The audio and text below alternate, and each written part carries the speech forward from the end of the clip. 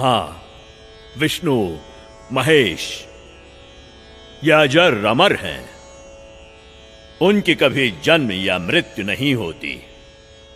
वही तो सृष्टि के रचनहार हैं। उनका कभी विनाश नहीं होता। वो ही जगत के पालनहार हैं।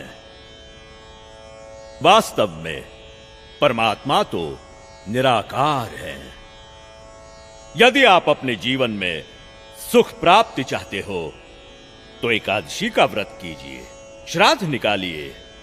जो श्रद्धालु लोग इस जन्म में दुख भोगते हैं वो उनके पिछले जन्मों के कर्मों का फल है, और पिछले जन्मों के कर्म फल को भगवानों को भी भोगना पड़ता है।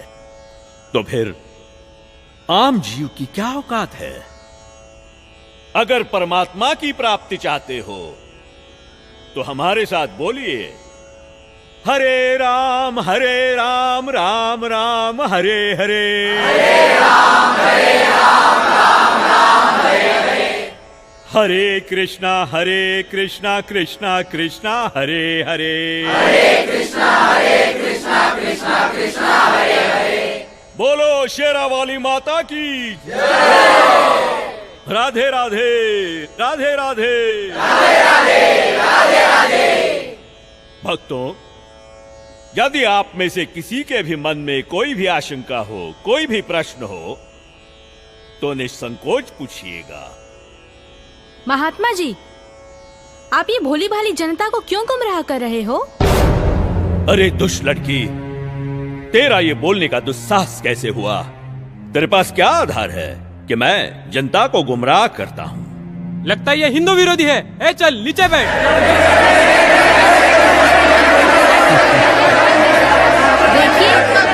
देखिए, हमारी इसी सोच की वजह से इन धर्मगुरुओं ने हमें गलत दिशा प्रदान की है। मैं भी हिंदू धर्म की हूँ और मैं अपने धर्म को श्रेष्ठ मानती हूँ। दरअसल पाखंड केवल हिंदू धर्म में ही नहीं बल्कि मुस्लिम धर्म तथा अन्य धर्मों पर भी चरम सीमा पर है।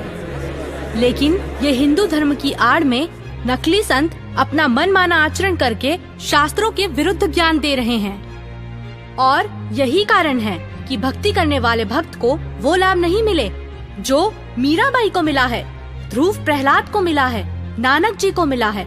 मैं किसी का विरोध नहीं कर रही। मैंने खुद अपने शास्त्रों को पढ़ा है और मेरे मन में भी कुछ प्रश्न हैं। लेकिन दुर्भाग्यवश हमारे समाज में अपने धर्म को, अपने शास्त्रों को, अपने परमात्मा को जानने की कोशिश करता है तो उसे आप जैसे भोले श्रद्धालु धर्म विरोधी समझने लगते हैं। पर आज मैं जो आप सभी को सच्चाई बताने जा रही हूँ, जो शायद आपने पहले कभी नहीं सुनी होगी।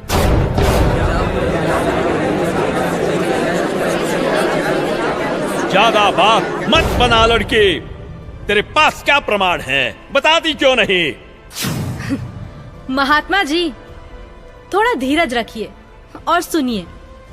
आप ही ने तो कहा था ब्रह्मा, विष्णु, महेश अजर अमर हैं, उनका कभी विनाश नहीं होता, वही सृष्टि के रचनाहार हैं। मैंने टीवी पर एक संत रामपाल जी का सत्संग सुना, उसी से पता चला। पता है उन्होंने क्या कहा? रुकिए एक मिनट, अभी बताती हूँ।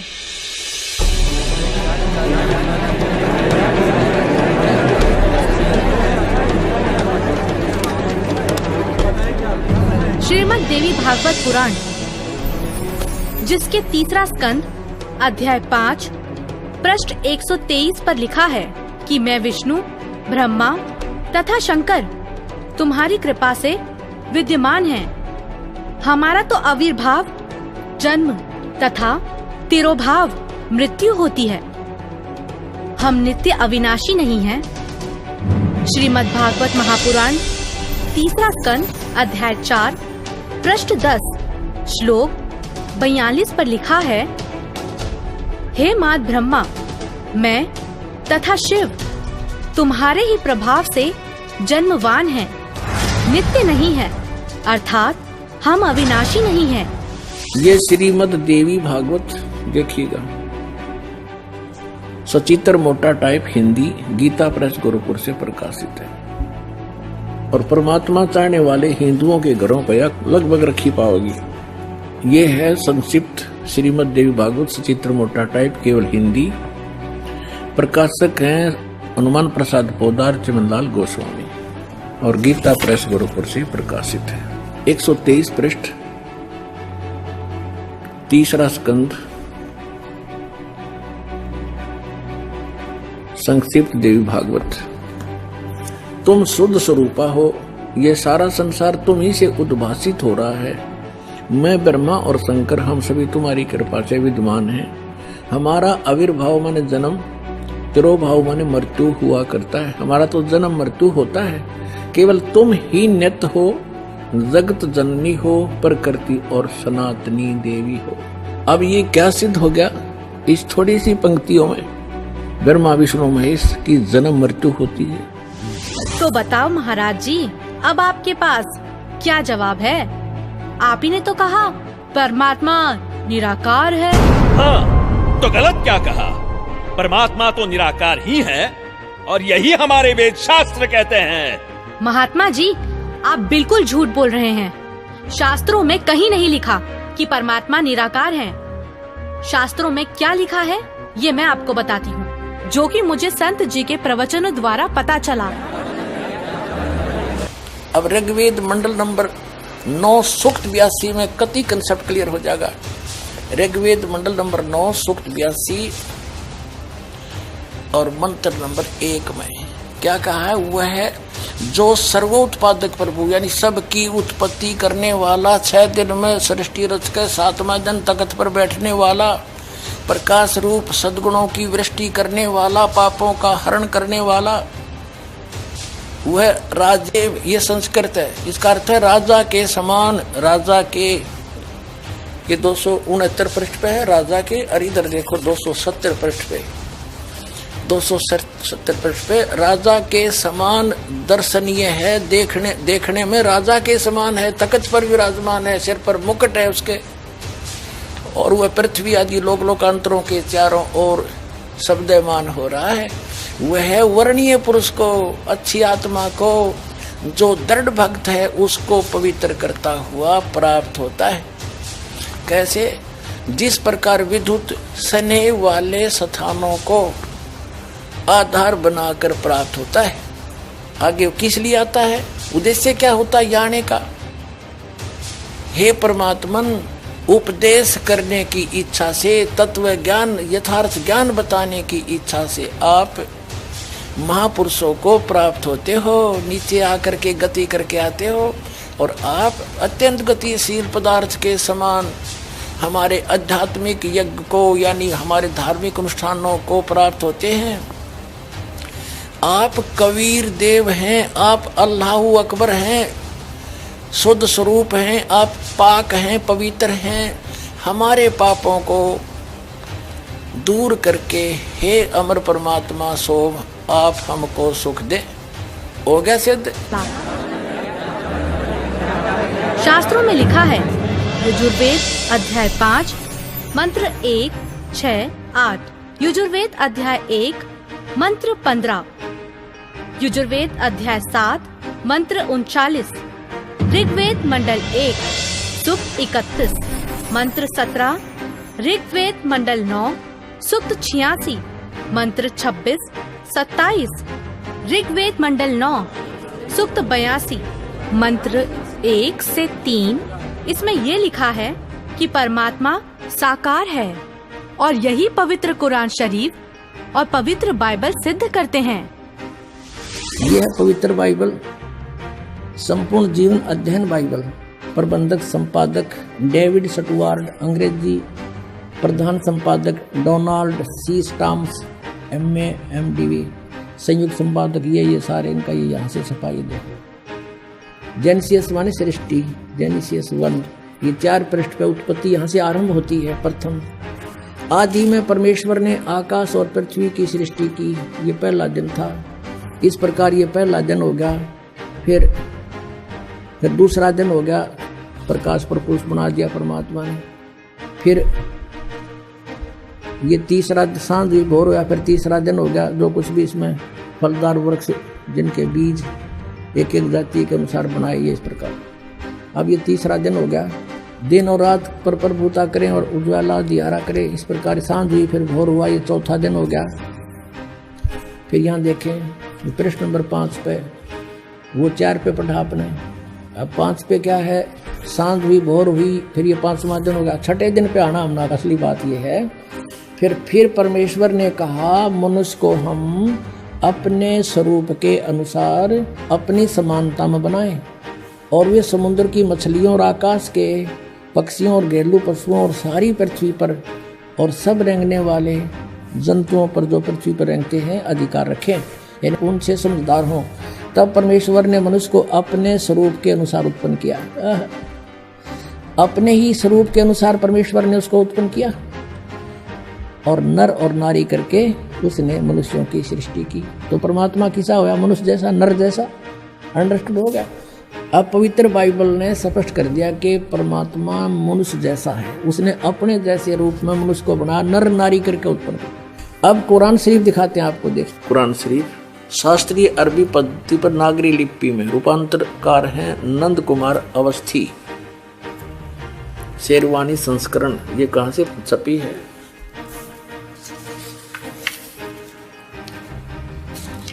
ये वही लिखा कि वो इस्लामी किताब, इसमें कोई संदेह की गुंजाइश नहीं है।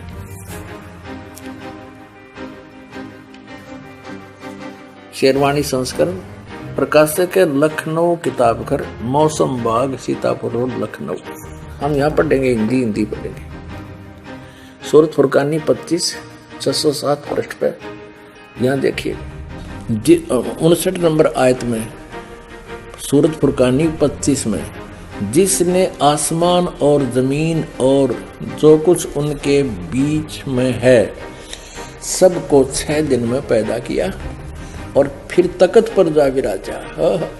अब इससे सिद्ध हो गया कि दोनों पवित्र सदग्रंथों ने रल मिलकर यह सिद्ध कर दिया कि परमात्मा मनुष्य जैसे शरीर युक्त है, मनुष्य जैसा साकार है।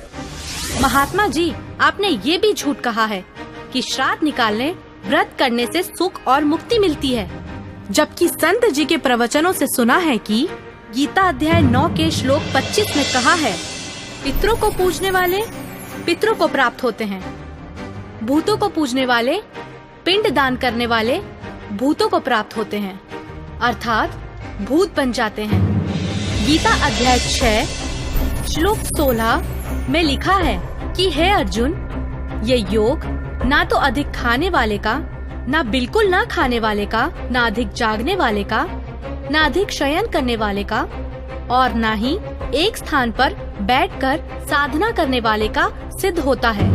गीता अध्याय 16 श्लोक 23-24 में कहा है कि शास्त्र विधि को त्याग कर जो साधक मनमाना आचरण करते हैं, उनको ना तो कोई सुख होता है, ना कोई सिद्धि प्राप्त होती है, तथा ना उनकी गति अर्थात मोक्ष होता है।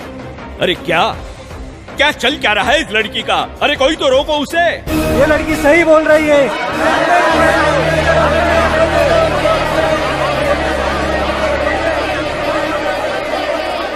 और हद तो तब हो गई बाबा जी, जब आपने कहा परमात्मा पाप नहीं काटते, कर्म का भोग तो भोगना ही पड़ता है, चाहे कितनी ही भक्ति कर लो।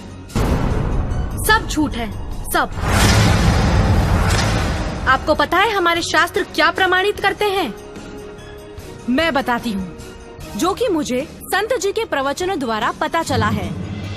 ऋग्वेद मंडल 10 सूक्त 161 मंत्र 2, 5 सूक्त 162 मंत्र 5 सूक्त 163 मंत्र 1 से 3 में लिखा है कि परमात्मा जो चाहे वो कर सकता है, प्रत्येक प्रकार के रोग कष्ट को नष्ट कर सकता है, और यदि कोई मृत्यु के भी निकट पहुंच जाता है तो उसे 100 वर्ष की आयु प्रदान कर सकते हैं। अब देखिए वेद इसको प्रमाणित करेंगे कि परमात्मा घोर पाप का विनाश कर देता है। ये देखिए, ये महर्षि दानव सरस्वती द्वारा ही इसका अनुवाद है।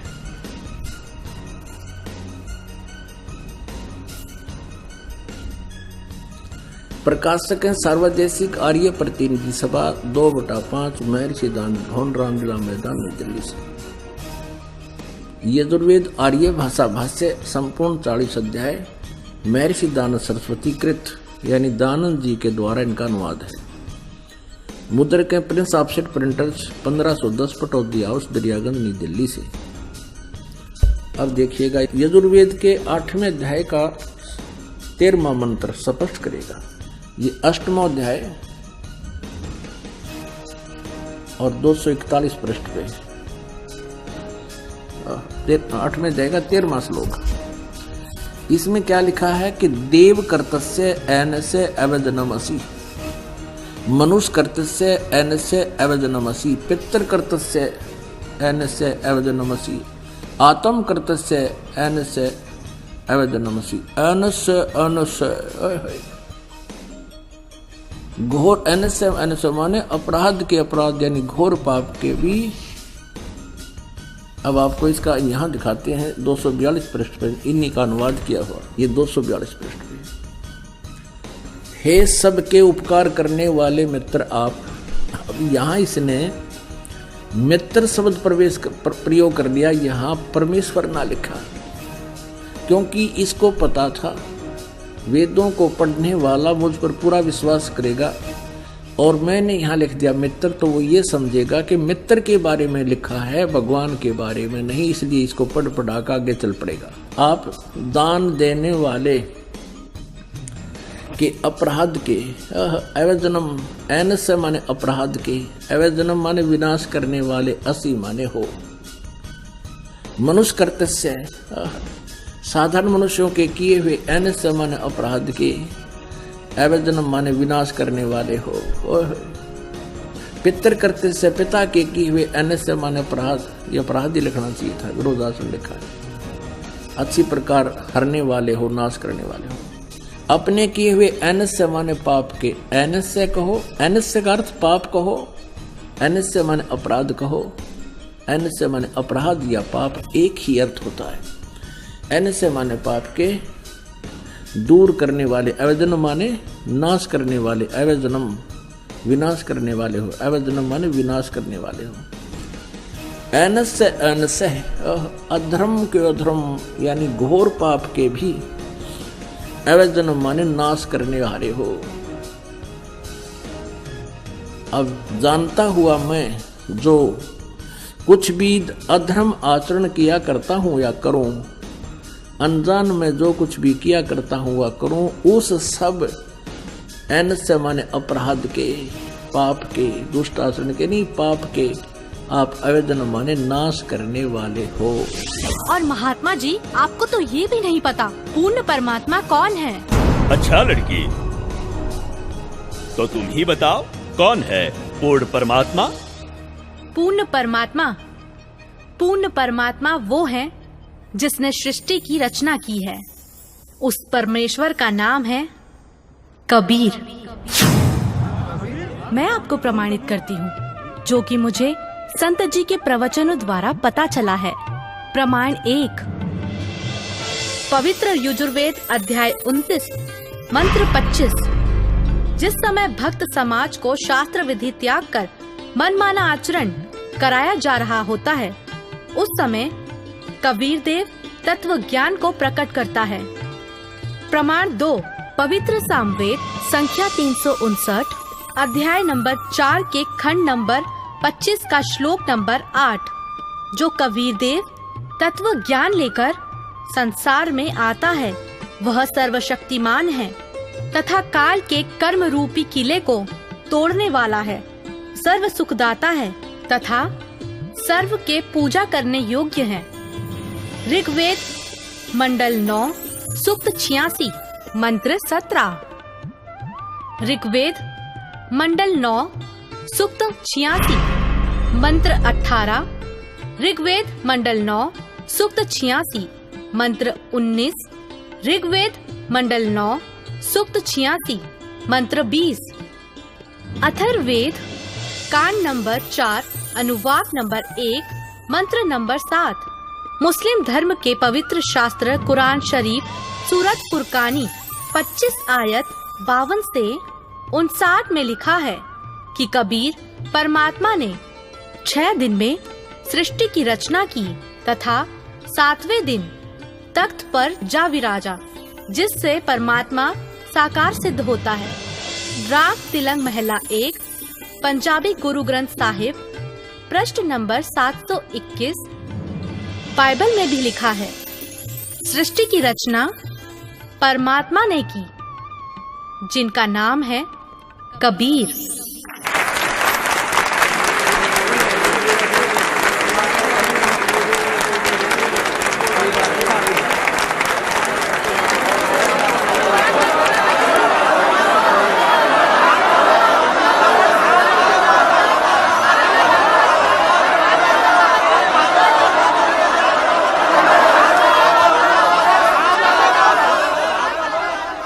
बहन, माफ करना, मुझसे गलती हो गई।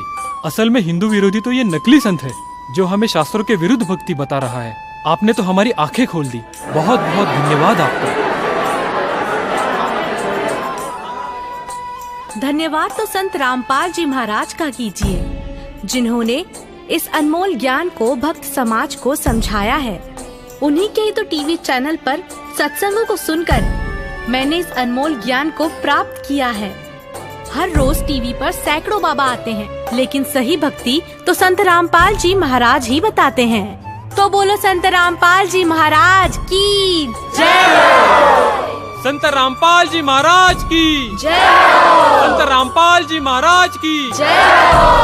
आओ सब मिलकर जागरूकता लाए, पाखंड और अंधविश्वास को जड़ से मिटाए। अंधश्रद्धा भक्ति मानव जीवन के लिए बेहद खतरनाक है। शिक्षित समाज से निवेदन है कि नकली और शास्त्र विरुद्ध साधना बताने वाले धर्म गुरुओं से बचे तथा नकली धर्म गुरु का विरोध करे। सभी धर्मों में पाखंडवाद चरम सीमा पर है। समाज को चाहिए कि गलत साधना बताने वाले धर्म गुरुओं का डटकर विरोध करे। पुस्तक अंधश्रद्धा भक्ति खतराए जान को पढ़े। हमारे इस वेबसाइट पर जाकर इस पुस्तक को निःशुल्क पाए, या फिर आपका पूरा नाम, पता और फोन नंबर इन नंबरों पर SMS करें। अवश्य देखिए जगतगुरु तत्वदर्शी संत रामपाल जी महाराज के मंगलमय प्रवचन हर रोज इन चैनलों पर। सोशल मीडिया पर हमसे जुड़ने के लिए लाइक, सब्सक्राइब और फॉलो जरूर करें।